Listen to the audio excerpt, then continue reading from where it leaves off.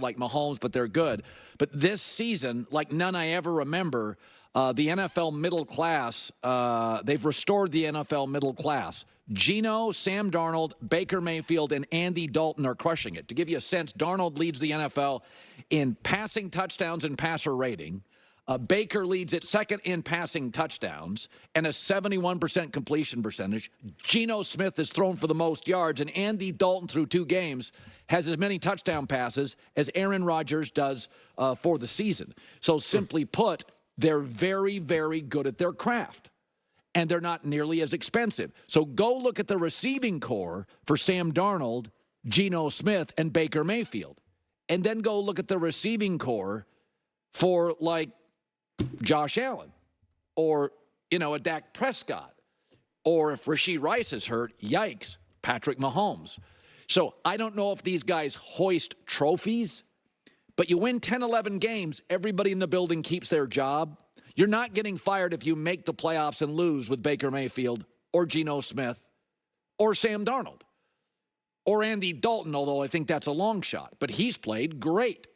So it's and I think what you're watching here is the reality of this league is you have to make decisions. And that's why guys like me push back on the Tua contract. If you're going to pay the big money, which is going to limit what you can pay a backup quarterback, an offensive line, a second corner, like Miami, this thing goes sideways really fast if the quarterback gets hurt. It's why I push back on Dak Prescott. He's not Lamar, Mahomes, Allen, or Burrow. So his contract does matter. It limits what they can do offensively. So my point is, the best place to be in the NFL is to have a superstar quarterback, a superstar that we don't argue over. There's an argument, and I think it's pretty clear. The second best place to be isn't having Dak. I mean, I just watched Brock Purdy in an NFC championship.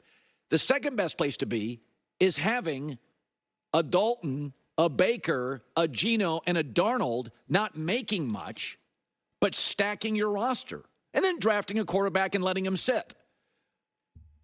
There's only 6 guys in the world that do this at the next level. And even guys we like, Jalen Hurts and Trevor Lawrence, suddenly we're not hot on. So you can go back and forth and argue. You don't want to settle at quarterback, but look at what is happening to the middle class. J-Mac, the blue-collar quarterbacks are making football great again. Mufka. They are making it great again. And tonight you're going to see Baker and Kirk Cousins right now are kind of the middle-class guys. They make good money. They don't make stupendous money. But look at the weapons both of them have. Look at Darnold's weapons. If you watch the Seahawks get 38 first downs on the road, they're stacked at running back, tight end, wide receiver. So it's if you can't have one of the 6 great ones, that's what you want. Veterans, B guys, coachable, and great at their craft. Baker Mayfield talking about the matchup with Kirk tonight. It's a great opportunity for us to continue to build what we've had so far. But, I think back at last year. Every year is different, but think back at last year, we were 3-1 at this point too. Now I wouldn't say that we operated as clean and we knew our identity. But right now, don't take anything for granted. Just because you start 3-1, like you said, it's a long year. Got to continue to improve and just build as the year goes on. Darnold, Baker, Geno. I'm sorry, but look at the current NFL stats with quarterbacks, passing yards, passer rating, touchdowns, yards. It's the guys with stacked rosters who aren't quite as dynamic. J-Mac with... Okay, so let's talk about this. Let me get back to where those stats were, because let's definitely talk about Baker Mayfield. Where can I find it? I think it's really interesting what's happening. And I agree with what Colin, it's such a fascinating thing to think about, right? Anytime you can pay your quarterback less money, that's going to be a better situation. And that has always been the problem with, say, like a Dak Prescott. And I was talking about that all off season, where it's just like, if you want to win, if you're serious about winning, you have to take less money. The greats, Patrick Mahomes, Tom Brady, they took less money. And if you think that you're going to not be as good as them, but demand more money than them and expect to win like them, you're out of your mind. It's what, it's like a common thing that I say all the time.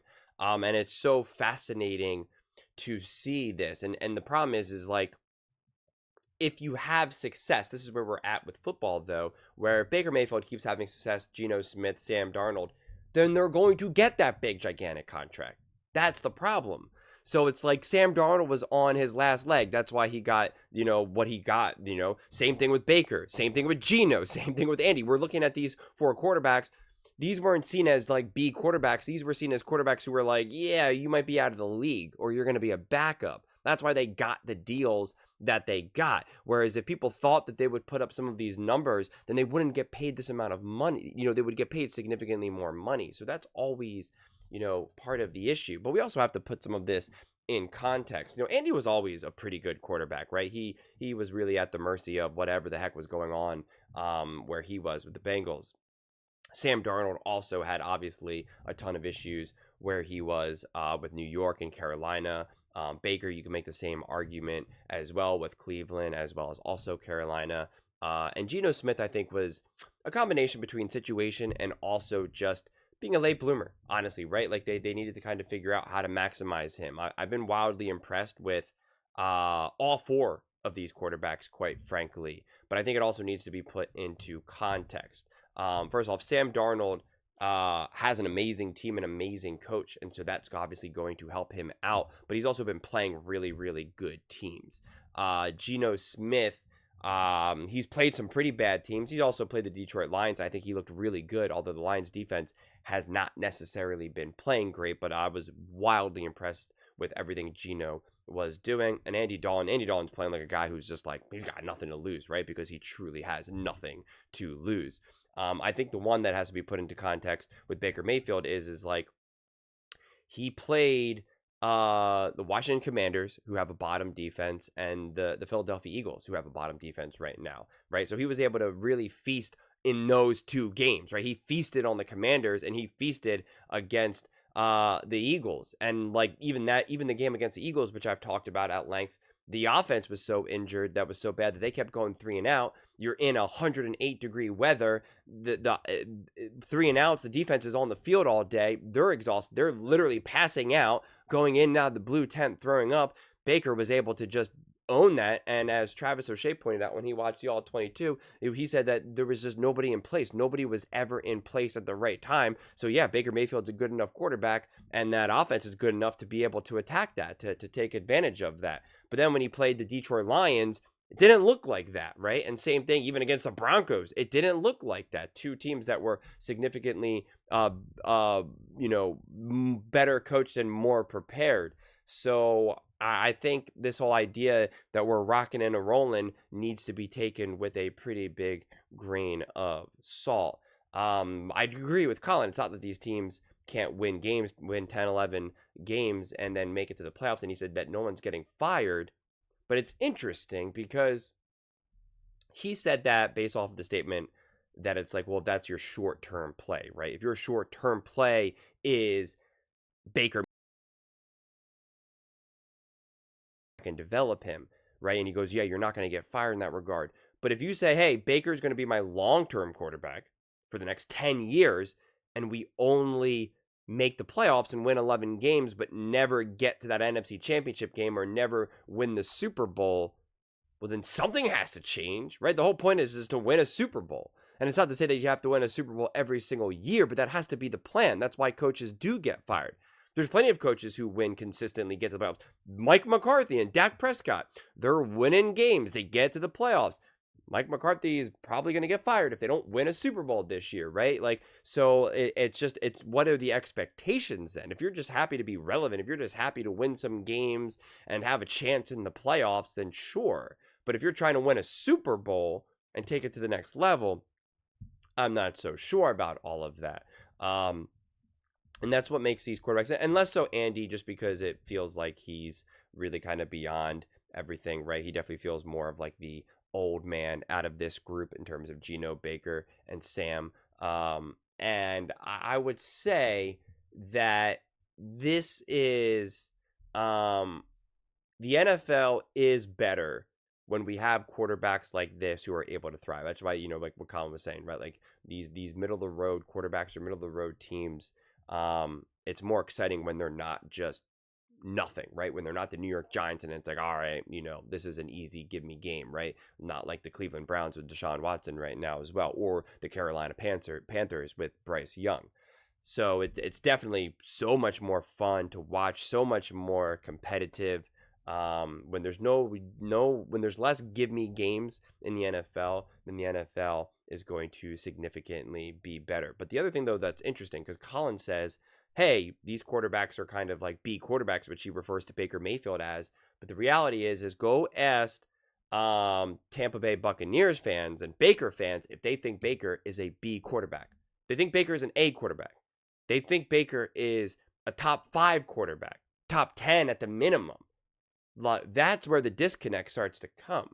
That's where then people kind of start to lose their mind. And again, if Baker Mayfield is a top 5 quarterback, top 10 quarterback, well, then pay him over $200 million, give him less weapons, and then go see what he does. We know what he does. We see what he did. Wasn't super successful. So that's kind of, therein lies the problem with all of this. So that's my point, is what's the long-term play? Is it sustainable? All 3 of these quarterbacks, considering how well they're playing, are really lucky for the teams that they were able to sign them. Because if Baker Mayfield was playing like this and he was going to be a free agent next season, he would be getting significantly more money, right? The Raiders would pay him significantly more money. Maybe the Carolina Panthers, again, would pay him significantly more money. Same thing with Sam Darnold. All these guys would get way more money. So it's just I don't know where the sustainability of it all is. We definitely got to get back to a time when you just don't automatically pay a quarterback $250 million no matter what, because that's what's really hampering these teams, right? That's what's really hampering a lot of competition within the NFL. So I'm just not so sure, right? Like, even if Sam Darnold is going to stay with the Minnesota Vikings, it's certainly not going to be on like the $10 million deal or whatever it is right now, right? It's just not going to happen. Same thing with Geno, same thing with Baker. Heck, even Andy Dalton. Maybe Andy, just because, like I said, he's in a little bit different of a situation, so he might get more of like the Kirk Cousins-esque deal. But Sam Darnold, Baker, and Geno are all doing enough and young enough where, no, if a team wants to secure them for 4 years, it would be significantly more money. So in Tampa Bay, obviously, have already secured Baker Mayfield, so it's kind of a moot point, but it's still relevant for the larger talk about all of this. So. But those are just my thoughts. I'd absolutely love to hear yours. What do you guys all think about any of these quarterbacks, but, especially Baker Mayfield and the Tampa Bay Buccaneers? Let me know in the comments below. I read every single comment, so whether you agree with me or disagree with me. Either way, let's get in some discussions. Let's get in some fights. But ultimately, let's just have some fun. And please do consider subscribing. We are building an amazing community here, and I'd absolutely love to see you part of it. I want to build something that we all genuinely feel connected to. Something that we're really excited to be part of. I think we're well on our way to doing it. And please don't forget to give this video a thumbs up, as it really does help with the visibility and the algorithm. Thank you so much. See you next time.